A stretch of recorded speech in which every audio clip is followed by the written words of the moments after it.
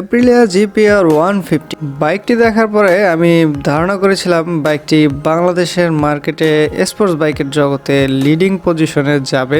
ফার্স্টে এর লুকসটা দেখে আমি এই বাইকটির প্রেমে পড়ে যাই, কিন্তু এই বাইকটির খুঁটিনাটি বিষয় সম্পর্কে যখন জানি তখন এই বাইকটির বেশ কিছু অপূর্ণতা আমি অনুভব করি। তো বন্ধুরা, আজকে কথা বলবো এপ্রিলিয়া জিপিআর 150 বাইকটির স্পেসিফিকেশন, ভালো এবং মন্দ কিছু দিক নিয়ে।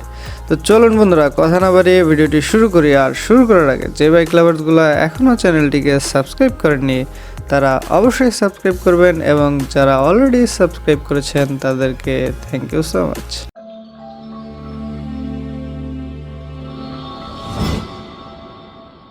বন্ধুরা, বাইকটিতে আপনারা পেয়ে যাবেন 149cc লিকুইড কুল 4 স্ট্রোক সিঙ্গেল সিলিন্ডার একটি ইঞ্জিন পেয়ে যাবেন, যে ইঞ্জিন থেকে 18 bhp ম্যাক্সিমাম পাওয়ার এবং 14 নিউটন-মিটার টর্ক ডেলিভারি করতে সক্ষম।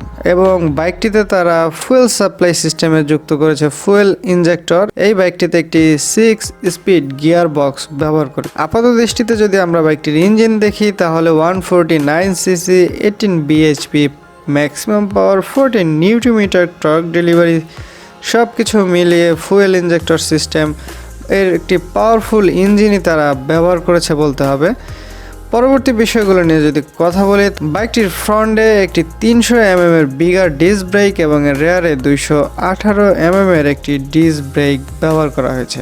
বাইকটির ফ্রন্টে টেলিস্কোপিক এবং এর রেয়ারে মনোশক সাসপেনশন ব্যবহার করা হয়েছে। বন্ধুরা, বাইকটির ফ্রন্টে 180/17 এবং এর রেয়ারে 130/70 সেকশনের টিউবলেস টায়ার পেয়ে যাবেন। বাইকটির সিট হাইট হচ্ছে 810 মিলিমিটার। তার মানে বোঝা যাচ্ছে যে বাইকটি যারা শর্ট রাইডার রয়েছেন তাদের জন্য খুব বেশি কমফোর্টেবল হবে না, এবং যারা 5 ফুট 4 ইঞ্চির নিচে রয়েছেন তাদের জন্য তো বলবো আমি এই বাইকটি, বিশেষ করে সিটি রাইডে এই বাইকটি আনকমফোর্টনেস নিয়ে আসবে এবং আপনার একটি স্পোর্টস বাইক রাইডিংয়ের মজা নষ্ট করে দিবে। কারণ 810 মিলিমিটার সিট হাইটে যারা 5 ফুট 4 ইঞ্চির নিচে রয়েছেন তাদের জন্য এই বাইকটি যদি আপনি সিটি রাইড করেন, তার সাথে যদি পিলিয়ন থাকে, আপনি বেশ আনকমফোর্টেবল ফিল করবেন। এপ্রিলিয়া জিপিআর 150 বাইকটা বেশ বড় সড়ো একটা বাইক, তো সেই ক্ষেত্রে R15 ভার্সন 3 মতো এই বাইকটিও যদি আপনার খুব ভালো ফিটনেস থাকে, সেই ক্ষেত্রে বাইকটা অনেক কমফোর্টেবলি রাইড করতে পারবেন। যারা শর্ট রাইডার রয়েছেন তাদের জন্য এর সিট প্লাস সিটিং পজিশন আপনার জন্য একটু আনকমফোর্টেবল হবে, কিন্তু যারা বেশ অভিজ্ঞ রাইডার রয়েছে, দীর্ঘদিন বাইক রাইড করছেন, তারা এই বাইকটি চালাতে পারবেন। তবে কমফোর্টনেসের দিক থেকে আসলে বিষয়টা, যেহেতু এর সিট হাইট এবং অনেক বড় একটা বাইক, বিশেষ করে এর স্পোর্টি সিটিং পজিশন সব কিছু মিলে আমি বলবো বাইকটা শর্ট রাইডের জন্য আনকমফোর্টেবল। এখন বন্ধুরা, যদি ভালো এবং খারাপ দিক নিয়ে কথা বলি, যে এই বাইকটির ভালো মন্দ দিক, ভালো দিকগুলো দিয়ে শুরু করা যাক। বাইকটির যদি ভালো দিক বলি তাহলে বলবো বাইকটার ডিজাইন। কারণ এর ডিজাইন এবং লুকস এর প্রথম ভালো দিক আমি বলবো, কারণ বাইকটার যে কারো ভালো লাগা বা এই বাইকটার উপরে যে অ্যাট্রাকশনটা কাজ করে সেটাই হচ্ছে এর লুকসটার উপরে। বাইকটাতে খুব সুন্দর একটি স্পোর্টি এগ্রেসিভ একটা লুকিং দিয়েছে। বিশেষ করে এপ্রিলিয়া কোম্পানি তাদের যে হায়ার সিসি বাইকগুলো রয়েছে সেই বাইকগুলোর মতোই এই বাইকটিকেও একটি এগ্রেসিভ লুকিং দিয়ে নিয়ে এসেছে। বাইকটি যদি আপনি সামনের দিক থেকে দেখেন, বেশ এগ্রেসিভ একটা লুকিং এবং খুব স্পোর্টি একটা বাইক, যে বাইকটার মধ্যে আপনি হায়ার সিসির বাইকের মতন যে বাইকটা তারা ডিজাইন করেছে। তবে এই বাইকটির আমার যে জায়গাটা অপূর্ণতা মনে হয়েছে বাইকটার ব্যাকলাইট, কারণ এর ফ্রন্টের লুকিংয়ের সাথে আমার কাছে মনে হয়েছে এর যে ব্যাকলাইটটা রয়েছে সেই লুকিংটা আমার কাছে খুব বেশি মানানসই মনে হয়নি। পরবর্তীতে বলবো বাইকটার সাসপেনশন নিয়ে।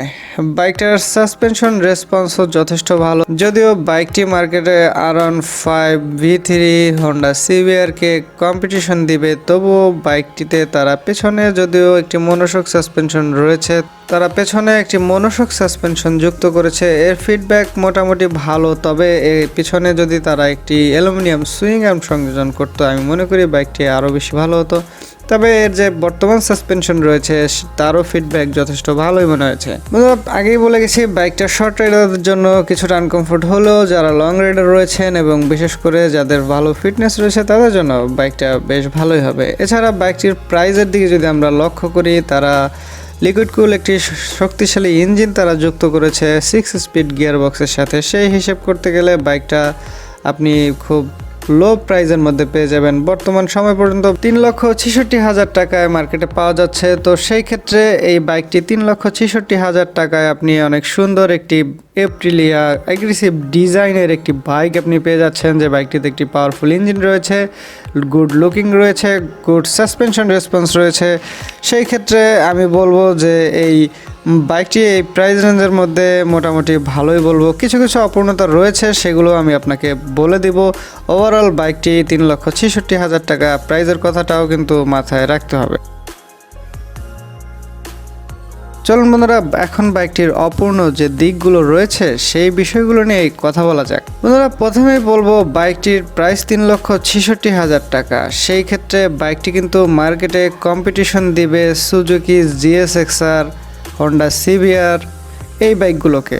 সুজুকি GSX-R 150 যে বাইকটি মার্কেটে পাওয়া যাচ্ছে, এই বাইকটি যদি GSX-R-কে কম্পিটিশন দিতে হয় তবে অবশ্যই তার থেকে ভালো ফিচার নিয়ে আসতে হবে। তো এই বাইকটির বিল্ড কোয়ালিটি নিয়ে আমার প্রথমেই বলবো আমি যে এই বাইকটির বিল্ড কোয়ালিটি আমার কাছে হন্ডা CBR কিংবা GSX-R এর মতন খুব বেশি হেভি বিল্ড কোয়ালিটি মনে হয়নি। এছাড়া বাইকটির হেডলাইটেও আমার যথেষ্ট অসন্তোষ প্রকাশ রয়েছে, কারণ এই বাইকটির হেডলাইটে তারা হ্যালোজেন বাল্ব ব্যবহার করেছে, 2টা বাল্বই হ্যালোজেন। এছাড়াও এই বাইকটিতে তারা আপনি একসাথে ডুয়েল হেডলাইট অন করতে পারবেন না বাইকটির, সেক্ষেত্রে আপনাকে ওয়্যারিং থেকে সিস্টেম চেঞ্জ করে নিতে হবে। কিন্তু এর স্টক যে হেডলাইট সিস্টেমটা রয়েছে, আপনি আপারে একটি এবং ডিপারে এভাবে আপনাকে আলাদা করে এর হেডলাইট জ্বালাতে হবে। তো সেই ক্ষেত্রে আমি বলবো যে একটা স্পোর্টস বাইক যদি এলইডি বাল্ব না থাকে, কারণ একটা স্পোর্টস বাইক যখন আপনি রাইড করবেন এর সামনে থেকে যে এগ্রেসিভ লুকিংটা আসবে সেটা দিনে কিংবা রাত্রে সবসময় এর এগ্রেসিভ লুকিংটা যদি না থাকে তাহলে স্পোর্টস বাইকের মজাটাই থাকে না। সেই ক্ষেত্রে ডুয়েল হেডলাইট একটা এগ্রেসিভ লুকিং তারা দিয়েছে। সেই ক্ষেত্রে যদি হেডলাইট দুটো রাতের বেলা একসাথে না জ্বলে এবং এর যদি ডিপারে শুধুমাত্র একটা বাল্ব জ্বলে, সেক্ষেত্রে আমি বলবো বাইকটার সৌন্দর্যটাই আমি বলবো যে রাতের বেলা নষ্ট করে দিবে, কারণ এর হেডলাইটটাও তারা এলইডি যুক্ত করেনি, হ্যালোজেন বাল্ব যুক্ত করেছে। তো অবশ্যই আমি এপ্রিলিয়ার দৃষ্টি আকর্ষণ করব যে এই সিস্টেমটা অনেক বাইকের রয়েছে, তবে তারা বাংলাদেশের মার্কেটে যে কম্পিটিশন দিবে সেই বাইকগুলো কিভাবে ডিজাইন হয়েছে সেই বিষয়টাও তাদের মাথায় রাখতে হবে। কারণ হন্ডা CBR, R15 V3 এই বাইকগুলোতেও কিন্তু তারা এলইডি হেডল্যাম্প সংযোজন করেছে। তাদের কম্পিটিশন দিতে হলে অবশ্যই তো কিছু এক্সট্রা ফিচার নিয়ে আসতে হবে মার্কেটে। ধরো বাইকটির আরেকটি অপূর্ণতা আমি বলবো, বাইকটিতে একটি ডিজিটাল প্লাস অ্যানালগ স্পিডোমিটার ব্যবহার করা হয়েছে। বাইকটি আমি বলি এর যে কম্পিউটার রয়েছে প্রত্যেকটা বাইকই কিন্তু ফুললি ডিজিটাল স্পিডোমিটার রয়েছে, কিন্তু এই বাইকটিতে তারা কেন অ্যানালগ এবং প্লাস ডিজিটাল স্পিডোমিটার যুক্ত করেছে আমার সেই জিনিসটা বোধগম্য হয়নি। কারণ যদি প্রাইজের কথা বলেন 3,66,000 টাকার কমে কিন্তু তারা ফুললি ডিজিটাল স্পিডোমিটার যুক্ত করেছে। এর পরবর্তীতে বলবো বন্ধুরা, বাইকটিতে কোনো ABS ব্রেকিং সিস্টেম যুক্ত করা হয়নি। স্পোর্টস বাইকের জগতে প্রত্যেকটা বাইকে এখন ABS ব্রেকিং সিস্টেম সমৃদ্ধ পাওয়া যাচ্ছে। সেই ক্ষেত্রে এই বাইকটি তার কোনো এক্সট্রা ফিচার নিয়ে আসেনি। এই বাইকটি মার্কেটে তার শুধুমাত্র লুকস দিয়ে যে টিকে থাকবে এমনটা কিন্তু নয়, কারণ আপনি যখন একটা বাইক কিনবেন তখন আপনার বেশ কিছু ফিচার, যখন স্পোর্টস বাইকে যখন আপনি যাবেন বেশ কিছু ফিচার কিন্তু আপনার তখন কাম্য থাকবে, যে ফিচারগুলো আপনার অবশ্যই প্রয়োজন। তার মধ্যে স্পোর্টস বাইকে অন্যতম ফিচার হচ্ছে ব্রেকিং সিস্টেম এবং তার মধ্যে ABS ব্রেকিং সিস্টেম।